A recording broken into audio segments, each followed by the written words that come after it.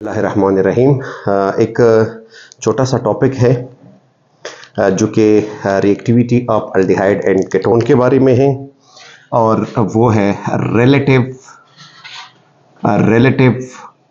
Reactivity of ketone and aldehyde. अब student देखिए, ये कीटोन अल्डिहाइड के बीच में कौन सा अल्डिहाइड है और कौन सा कीटोन है जो कि बहुत रिएक्टिव है। देखिए फॉर एग्जांपल हमारे पास एक अल्डिहाइड है जो कि बहुत सिंपल अल्डिहाइड है, that is called formaldehyde and it's IUPAC name is methanol.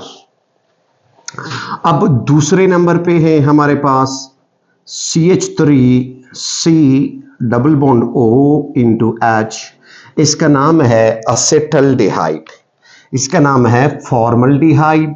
मैं कॉमन नेम लिख रहा हूं फॉर्मल्डिहाइड और इसका नाम है असेटल्डिहाइड। अब C नंबर पे है हमारे पास क्या है, जो H है इसके दूसरे साइड पे H नहीं होगा, अगेन मिथाइल होगा, तो that is not aldehyde, it is a ketone. अब दिख रहा ये है कि रिलेटिव रिएक्टिविटी का मतलब है कि इनमें से रिएक्टिविटी किसकी ज्यादा होनी चाहिए। अब देखें यहां पे इनकी जो रिलेटिव रिएक्टिविटी है वो दो चीजों पर डिपेंड करते हैं। एक प्लस आई इफेक्ट को चेक करते हैं, which one is donating electron, यानी विच ग्रुप इज डोनेटिंग, यानी ये ग्रुप इलेक्ट्रॉन डोनर है, इलेक्ट्रॉन डोनर ग्रुप है, ADG लेकर रहा हूं, ये इलेक्ट्रॉन डोनर नहीं है, ये भी इलेक्ट्रॉन डोनर नहीं है, ये भी इलेक्ट्रॉन डोनर नहीं है, पर ये दोनों साइड से ADG है, ये दोनों साइड से ADG है। अब चेक करते हैं कि इन तीनों में कीटोन एंड अल्डिहाइड में, लेकिन अल्डिहाइड में कौन सा अल्डिहाइड, ये मैंने लिखा है क्योंकि ये बहुत डिफरेंट अल्डिहाइड है बाकी अल्डिहाइड से, क्योंकि ये सिंपलेस्ट अल्डिहाइड है। अब एक I+I यानी कौन सा ग्रुप जो है वो इलेक्ट्रॉन भेज रहा है, सेकंड नंबर पे डिपेंड करता है कि कौन सा ग्रुप बल्की ग्रुप है, कौन सा ग्रुप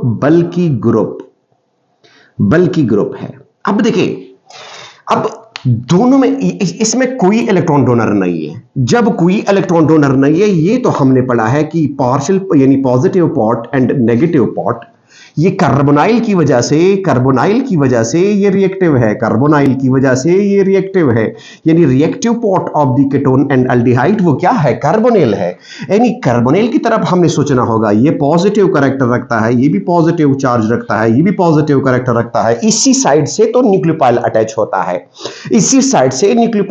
होता है, अब इसका मतलब ये हुआ कि अगर इस साइड से न्यूक्लियोफाइल अटैच होता है तो यहां पर अगर न्यूक्लियोफाइल आता है, अगर यहां पर न्यूक्लियोफाइल आता है आसानी से अटैच होगा, या यहां पर न्यूक्लियोफाइल आएगा आसानी से अटैच होगा, या यहां पर न्यूक्लियोफाइल आएगा आसानी से अटैच होगा। ये हम देख रहे हैं कि किस में जो न्यूक्लियोफाइल की अटैचमेंट है वो आसान होगा। अब देखिए इधर यहां पर चेक कर ले, यहां पर दोनों साइड पे क्या है, बल्की ग्रुप है, ये भी बल्की ग्रुप है, BG लिख रहा हूं, यहां पर भी BG लिख रहा हूं, बल्की ग्रुप है, दोनों साइड पे बल्की ग्रुप है, दोनों साइड से इलेक्ट्रॉन भेजने वाली स्पीशी भी है, यानी इलेक्ट्रॉन डोनर भी है। जब ये इलेक्ट्रॉन डोनर है तो यहां पे न्यूक्लियोफाइल के लिए जो पॉजिटिव कैरेक्टर है कार्बन का वो डिक्रीज कर जाता है, कम कर जाता है, क्योंकि ये इलेक्ट्रॉन भेज रहे हैं, चार्ज डेंसिटी ये डोनेट कर रहे हैं, दैट्स व्हाई यहां पर मैं कह सकता हूं कि न्यूक्लियोफाइल को अटैच होना थोड़ा सा मुश्किल होगा,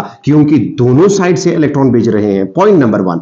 पॉइंट नंबर 2, अगर बल्की ग्रुप ये चेक करें, ये भी बल्की ग्रुप है, ये भी बल्की ग्रुप है, तो यहां पे ये भी बल्की ग्रुप है, यानी ये दोनों आपस में क्या करते हैं, रिपल्जन होगा, यानी यहां पे इसको अटैच करना, यानी किसी न्यूक्लियोफाइल को अटैच करना बहुत मुश्किल है, यानी बल्की ग्रुप की वजह से अटैचमेंट मुश्किल है, इलेक्ट्रॉन डोनेशन की वजह से भी न्यूक्लियोफाइल का अटैच होना मुश्किल है। यहां पे एक बल्कि ग्रुप है, दूसरा बल्कि ग्रुप नहीं है, एक इलेक्ट्रॉन डोनर स्पीशीज है, दूसरा बिल्कुल इलेक्ट्रॉन डोनेट नहीं करता। तो as compared to this one, यहां पे न्यूक्लियोफाइल का अटैचमेंट आसान है। लेकिन यहां पे चेक करें, यहां पे दोनों ना बल्कि ग्रुप है ना प्लस आई इफेक्ट है, दोनों एब्सेंट है। प्लस आई इफेक्ट भी ए में एब्सेंट है और बल्कि ग्रुप भी ए में एब्सेंट है। दैट्स वाई यहां पे न्यूक्लियोफाइल अटैच होना आसान है। मैं कह सकता हूं कि formaldehyde should be more reactive than acetaldehyde and acetaldehyde should be more reactive than ketone. It means that ketone is a least reactive group of the